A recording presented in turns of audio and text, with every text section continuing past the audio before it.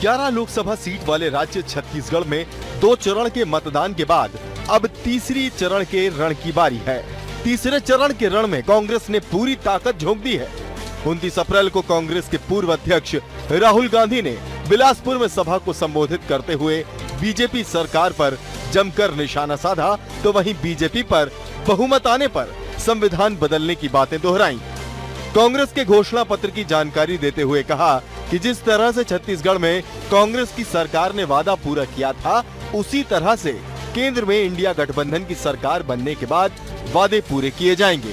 बता दें कि तीसरे चरण में प्रचार के लिए 30 अप्रैल को कांग्रेस के राष्ट्रीय अध्यक्ष मल्लिकार्जुन खड़गे और 2 मई को प्रियंका गांधी भी दौरा करने वाली हैं। बीजेपी के लोग संविधान को खत्म करने में लगे हैं। कांग्रेस पार्टी कहती थी ये संविधान के लिए हम लड़े थे, अंग्रेजों से हम लड़े थे, हम इस किताब को बहुत अच्छी तरह समझते हैं। सारे लोगों को पता लग गया है कि आक्रमण लोकतंत्र पे है। ये चुनाव लोकतंत्र को बचाने का है, संविधान को बचाने का है और रिजर्वेशन को बचाने का है। आखिरी बात मैं रिजर्वेशन की कहना चाहता हूं, ये जो 50% का कैप लगा रखा है, इसको हम तोड़ देंगे, हटा देंगे और 50% से ज्यादा रिजर्वेशन हम आपको दे देंगे। छत्तीसगढ़ में तीसरे चरण में बचे हुए 7 सीटों पर मतदान होना है, जिसके लिए एक और जहां कांग्रेस जोर शोर से तैयारियां कर रही है, तो वहीं बीजेपी भी पीछे नहीं है। बीजेपी के पक्ष में प्रचार करने के लिए 1 मई को अमित शाह कोरबा पहुंच रहे हैं, तो वहीं पीएम मोदी की सभा की तैयारी भी की जा रही है। कांग्रेस की ओर से स्टार प्रचारकों की सभा पर भाजपा की ओर से डिप्टी सीएम विजय शर्मा ने तंज कसते हुए कहा कि कांग्रेस स्टार प्रचारकों की सभा को लेकर अब जाग रही है। वहीं रायपुर सांसद सुनील सोनी ने संविधान बदलने के सवाल पर कहा कि कांग्रेस सिर्फ तुष्टीकरण की सियासत करती है। देखिए, उनके स्टार प्रचारक जरूर आएंगे, हमारी तरफ से भी अनवरत आ रहे हैं और हम लोगों ने तो प्रारंभ से लेकर के अब तक इस विषय को जारी रखा हुआ है। उनको अभी नींद से जागे होंगे, वो एक अलग मामला है। देखिए, संविधान कोई भी नहीं बदल सकता। ये बाबा साहब के द्वारा रचित संविधान है, इसको कोई नहीं बदल सकता। और रही बात एक धर्म के आधार पर, तो कांग्रेस पार्टी चलती है तुष्टीकरण के आधार पर। भारतीय जनता पार्टी सबका साथ, सबका विकास, सबका विश्वास और सबका प्रयास, यह हमेशा हमारा रहा। इसका उदाहरण देकर मैं बात खत्म कर रहा हूँ। हमने न्याय के साथ में अगर हम नारा देते हैं तो उसको प्रमाणित कर भी दिखाते हैं। हमने 2 वर्गों में इस देश को कभी बांटने का कोशिश नहीं किया। 2024 के रण में जंग तेज हो गई है। दूसरे चरण के बाद कांग्रेस के द्वारा भाजपा पर संविधान बदलने की बातें बार बार कही जा रही हैं, तो वहीं सत्ता पक्ष की ओर से कांग्रेस पर भ्रम फैलाने की सियासत करने का आरोप लगाया जा रहा है। इन तमाम जुबानी जंग को देखकर लगता है कि 24 का रण और सियासत के केंद्र में संविधान आ चुका है। Bureau report, BSTV Chhattisgarh.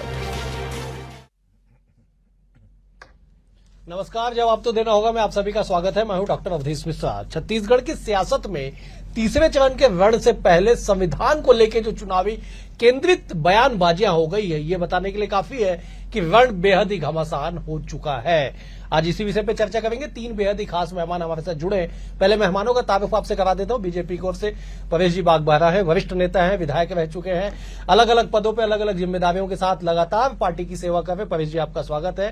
Congress की ओर से डॉक्टर विकास बजाज हमारे साथ है, वरिष्ठ नेता है, प्रवक्ता है। विकास जी, आपका बहुत स्वागत है।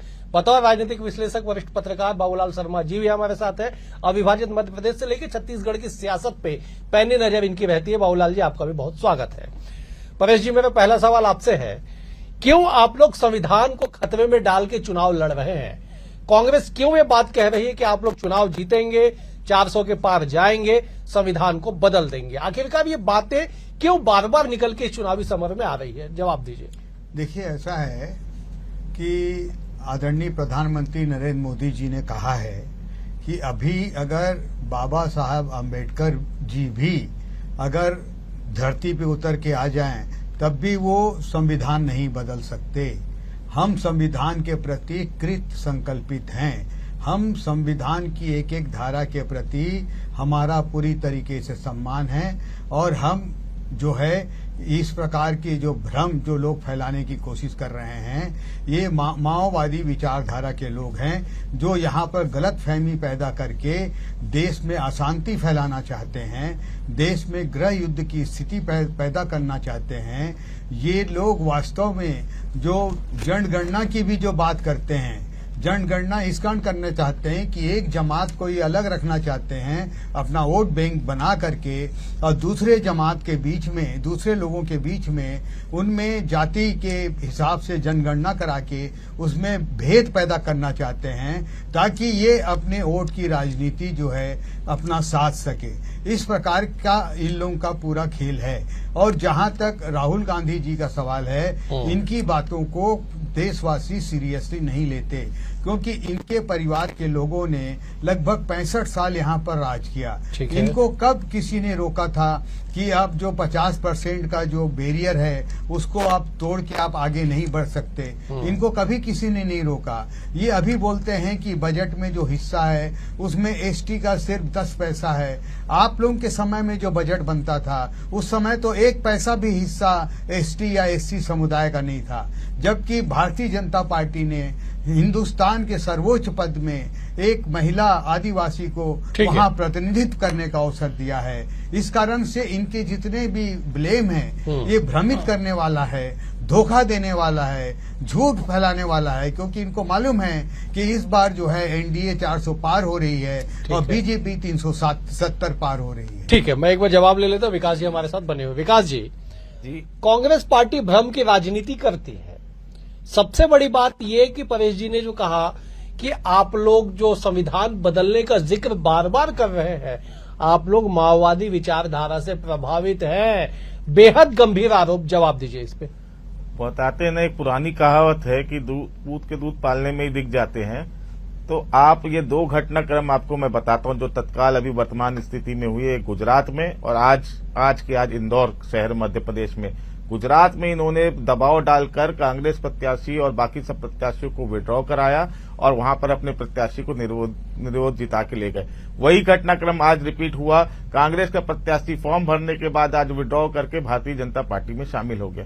तो ये किस ओर इंगित करता है? अगर आपको प्रजातंत्र, लोकतंत्र और संविधान में भरोसा ही नहीं है तो आप चुनाव ही बंद करा दीजिए ना।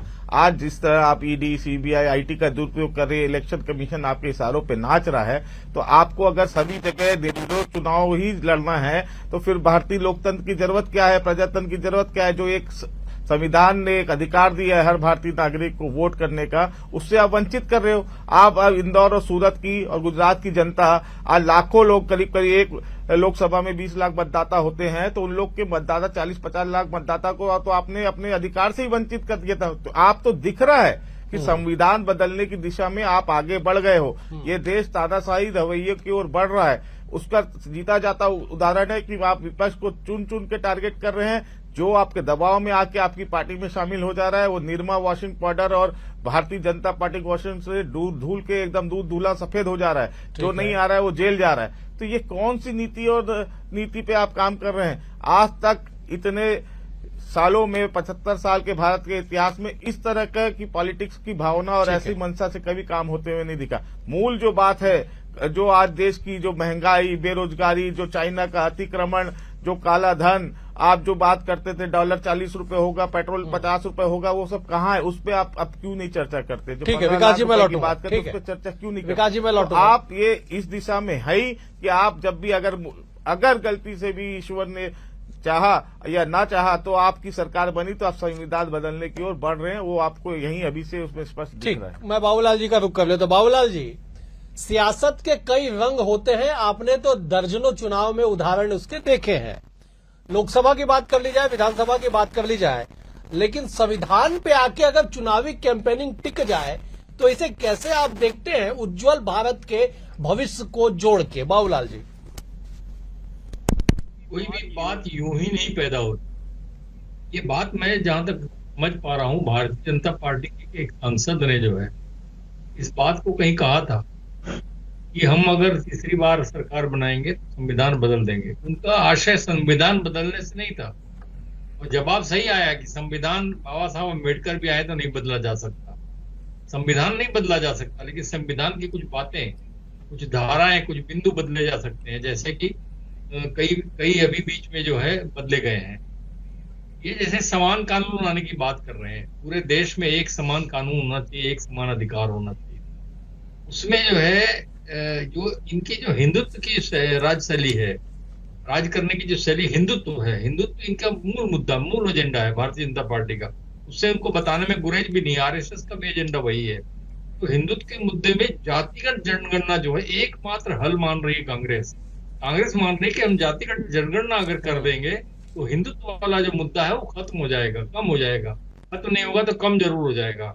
और उसमें जब जातिगत जनगणना होगी तो आप ध्यान रखिए एक बात का अवधेश जी, डॉक्टर साहब, कि आदिवासी समुदाय आज भी अपने आप को हिंदू नहीं मानता है, और संविधान में भी इसका उल्लेख है, उत्तराधिकार कानून में। और मैंने आपको पहले भी बताया था इस बात को, विवाह अधिनियम में भी इस बात का उल्लेख है और उत्तराधिकार कानून में भी इसका उल्लेख है। तो इसलिए जो है ये सारी उठापटक जो है इसी का कारण से है। जिस तरह 3 तलाक को खत्म किया गया, उसी तरह कुछ मुद्दे जो है, कुछ बिंदु जो है उसको खत्म कर दिया जाएगा। ऐसा बयान भारतीय जनता पार्टी के सांसद ने दिया जिसको कांग्रेस ने इस रूप में लपका है कि ये पूरी की पूरी संविधान बदल देंगे। तो ये अपने अपने तरीके है। देखिए, मैं एक बड़ी बात कह रहा हूँ कि दोनों दल इस वक्त इस मुद्रा में हैं कि हम पहल करें ऐसी बात की, ऐसे आरोप की, ऐसे बयान की जिसका बयान का जवाब सामने वाले को देना पड़े। वही काम भारतीय जनता पार्टी कर रही है, वही काम कांग्रेस कर रही है। मुद्दा सटीक हो न हो, लेकिन बातें ऐसी आ रही जैसे आपके मंगलसूत्र का मामला आया, मीट खाने का मामला आया, जवाब देना पड़ा कांग्रेस को। उसी तरह कांग्रेस भी हमलावर है इसी तरह की, संविधान बदल देंगे तो आप जवाब दीजिए, संविधान नहीं बदले। जवाब देना पड़ा कि बाबा साहब अम्बेडकर भी आ जाएंगे तो संविधान नहीं बदला जाता। ये जो टैक्टिस है, ये कांग्रेस की चुनावी टैक्टिस है, भारतीय जनता पार्टी की चुनावी टैक्टिस है। जी ठीक है, मैं परेश जी का रुख कर लेता हूं। परेश जी, विकास जी ने बड़ी खूबसूरती से गुजरात के सूरत और मध्य प्रदेश के इंदौर का जिक्र कर दिया।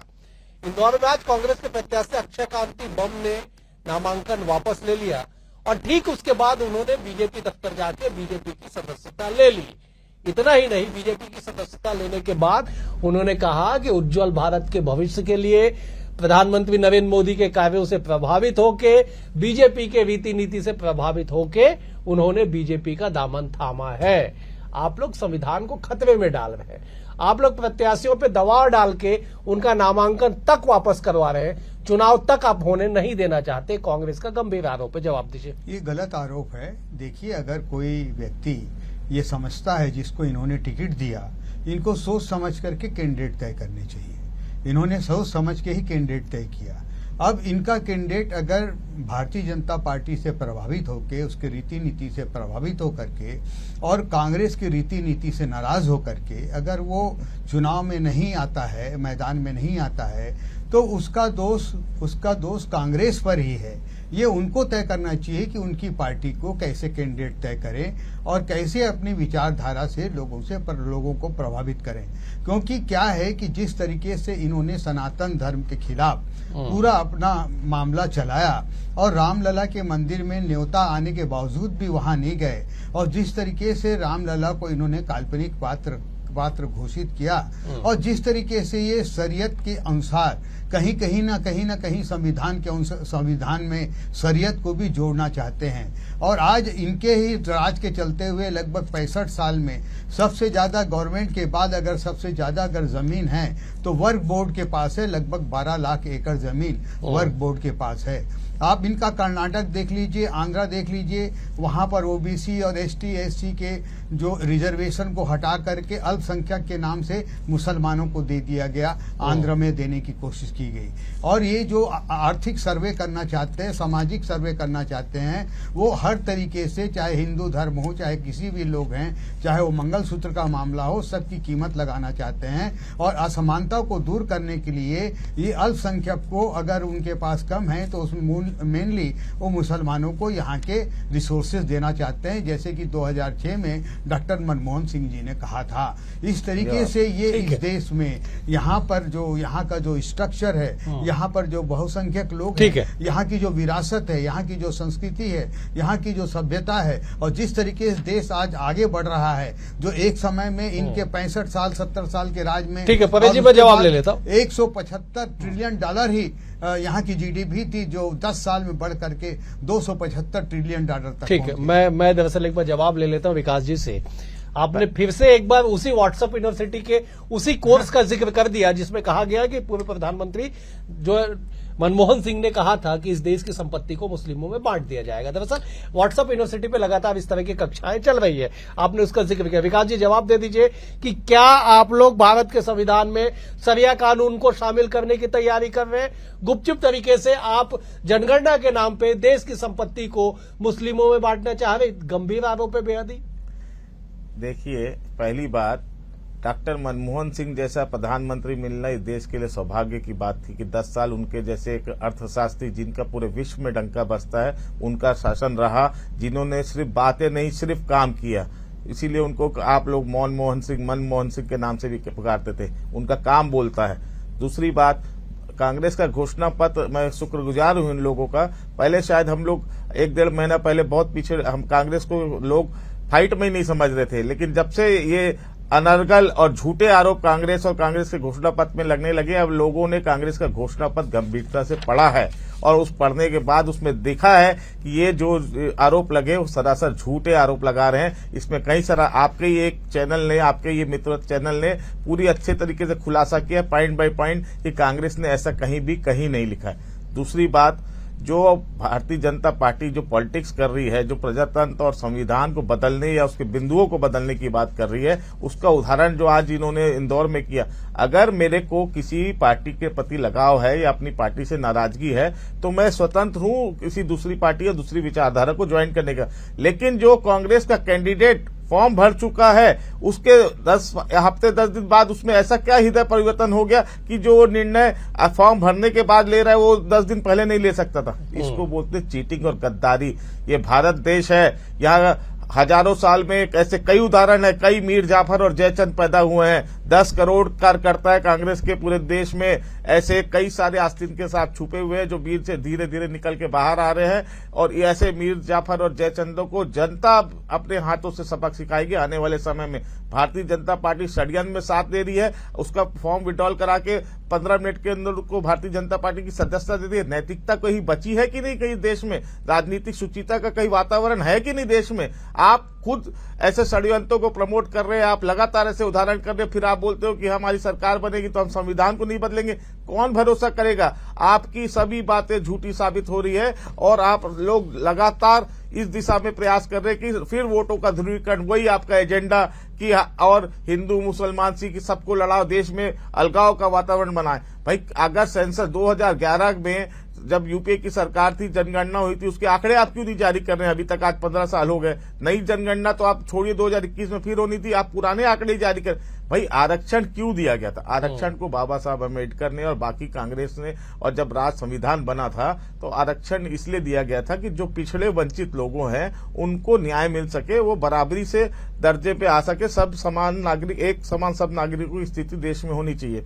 उस स्थिति को बनाते हुए आरक्षण दिया गया था। अगर समानता की कांग्रेस बात करती है कि बराबर के अधिकार की बात करती है तो इसमें मिर्ची क्यों लगती है? इसमें ऐसी क्या बात करती है कांग्रेस जिसमें आपको खराब लगता है? अगर देश में समान कानून होगा, समान व्यवस्था होगी, सब लोग भाईचारे के साथ रहेंगे, सबके लिए नौकरी के समान अवसर होंगे, सबके लिए शिक्षा के अवसर होंगे, स्वास्थ्य पे सबका हक होगा, तो वैसा देश कांग्रेस पार्टी चाहती है। जो मूल मुद्दे देश को आगे बढ़ाना है। आपने ट्रिलियन और बिलियन की बात कर ली, 48 लाख करोड़ रुपए कर्जे को आप जब से 10 साल में माननीय मोदी जी प्रधानमंत्री है उसको 150 लाख करोड़ के पार पहुंचा दिया। ठीक है विकास जी, कहाँ किस इकोनॉमी, आप हर क्षेत्र में आप विफल है। अब जनता समझ चुकी है और जनता आने वाले समय में 4 जून को इसका फैसला आपको भी हमको सबको देखने को मिलेगा। ठीक है बाबूलाल जी, जरा इस बात पे जरा प्रकाश एक बार डाल दीजिए कि देश का संविधान खतरे में, संविधान बचाने और बदलने की सियासत और उसके बाद तमाम मुद्दों को लेकर राजनीतिक चर्चा, क्या चुनाव में इस तरह के मुद्दे कभी हावी हुए हैं? और आपको क्यों लगता है कि इस चुनाव में संविधान जैसे पवित्र ग्रंथ का जिक्र होने लगा है, बदलने बचाने की बातें होने लगी है? बाबूलाल जी, देखिए, मैं जब से चुनावों का दौर देख रहा हूं, मैंने देखा है कि राजनीतिक भाषणों में भारी परिवर्तन हुआ है। पहले जो शुचिता हुआ करती थी, जो नैतिकता हुआ करती थी भाषणों में, कभी किसी के ऊपर व्यक्तिगत आरोप प्रत्यारोप नहीं लगाए जाते थे और बड़ी सीधी सीधी मुद्दों पर बात की जाती थी, मुद्दों पर जवाब दिया जाता था, मुद्दों पर जवाब लिया जाता था। इस दौर में जो है बयानबाजी जो है, आरोप प्रत्यारोप, भ्रष्टाचार, जिसका जवाब मांगने के लिए माने ये स्थिति हो गई है। जैसे देखिए ना, हम भी जानते हैं, हम भी सुने हैं, हमने भी उस दौर में ही सुन लिया था। आज तो हमको व्हाट्सएप यूनिवर्सिटी में घुसने की जरूरत नहीं, हमने तो सुना था उस बात को कि कमजोर वर्ग में बांटने का आशय था उनका, मनमोहन सिंह का। मनमोहन सिंह जी ने कहा था कि मुसलमान को बांटने की ऐसी कोई बात नहीं कही थी, कि मैं भी अच्छी तरह से जानता हूँ, मैंने भी उस दौर में ही सुन लिया था इस बात को। बिल्कुल। अब जो है उसको ट्विस्ट करके दूसरे तरीके से, इससे मंगलसूत्र के छीन कर घुसपैठियों को दे देंगे, अब मुसलमान घुसपैठिए बना दिए गए। तो ये जो भावनात्मक भाषण है, ये एक्चुअल में क्या होता है, ये इस सोच से दिए जाते हैं कि आज अग्रेसिव कांग्रेस बहुत ज्यादा अग्रेसिव है, बहुत ज्यादा अग्रेसिव बयान दे रही है, तो वो ऑफेंसिव बन जाए, हम ऐसा हमला उसके ऊपर कर दें कि वो ऑफेंस में आ जाए, अपने बचाव में आ जाए और अपनी कहना शुरू कर दे कि हमने कहाँ कहा था मंगलसूत्र, हमने कहाँ कहा था, हमारे मनमोहन सिंह ने कहाँ कहा था। और वही हुआ भी, जो चाहती थी भारतीय जनता पार्टी इस आरोप के पीछे, वही कांग्रेस के भी अंदर हुआ और वो अग्रेसिव की जगह पे ऑफेंसिव हो गई। ये बहुत बड़ा फर्क जो है ये चुनाव। देखिए, मैं कई बार इस बात को कहता हूँ, पहले कहते थे प्रेम और युद्ध में सब जायज है, अब राजनीति में भी सब कुछ जायज है। बिल्कुल सही। झूठ कह लो, सच कह लो, बयान दो, अच्छा दो, बुरा दो, सब प्रकार से दो, व्यक्तिगत आरोप लगाओ, आरोप प्रत्यारोप पार्टी पर लगाओ, कूल जरूर कुछ भी बोल दो, सब चल रहा है। ये देखकर मैं तो बहुत दुखी हूँ। पहले के जमाने में, पहले के चुनाव में ऐसी चीजें कोई भी बड़ा नेता ऐसा नहीं करता। जी ठीक है, परेश जी आप जवाब दे दीजिए। दूसरा ये कि क्या सत्ता के शिखर तक पहुंचना ही एकमात्र उद्देश्य बच गया सियासत का, जिस वजह से संविधान तक को दांव में लगाया जा रहा है चुनाव में? संविधान बचाने और बदलने की बात कही जा रही है चुनाव में। देखिए, ऐसा है कि पहली बात तो जो आदरणीय बाबूलाल जी कह रहे थे कि आदिवासी भगवान को नहीं मानते, मैं इस बात से सहमत नहीं हूँ। मैं नहीं परेश जी एक सेकंड, बाबूलाल जी ने ऐसा बिल्कुल नहीं कहा कि आदिवासी भगवान को नहीं मानते हैं। बाबूलाल जी ने ये कहा कि आदिवासी अपने आप को हिंदू नहीं मानते हैं, और ये बात सच है। वो अपने लिए, आदिवासी अपने लिए अलग कोड की मांग कर रहे हैं, और उस कोड की मांग को लेके राष्ट्रपति तक से पत्राचार किया जा चुका है। शायद आपने सुनने में थोड़ा सा आप कंफ्यूज हुए होंगे। बाबूलाल जी ने ऐसा बिल्कुल नहीं कहा कि आदिवासी जो है भगवान को नहीं मानते हैं। देखिए कि एक वर्ग जो है आदिवासी का, वो इस प्रकार की कार्यवाही कर रहा है, बहुमत जो है वो इस प्रकार की कार्यवाही नहीं कर रहा है ना। एक चीज तो ये हुई, और दूसरी बात ये है कि जो संविधान को दांव में लगाने की बात है, हमारा 2 बार पूरा बहुमत था, हमने उस बहुमत का उपयोग धारा 370 हटा करके कश्मीर को भारत का अभिन्न अंग बनाया। हमने बहुमत का कश्मीर हमेशा से भारत का अभिन्न अंग था, रहेगा। और विकास जी एक बार परेश जी कंप्लीट करने दीजिए, आप कंटिन्यू कीजिए परेश जी प्लीज।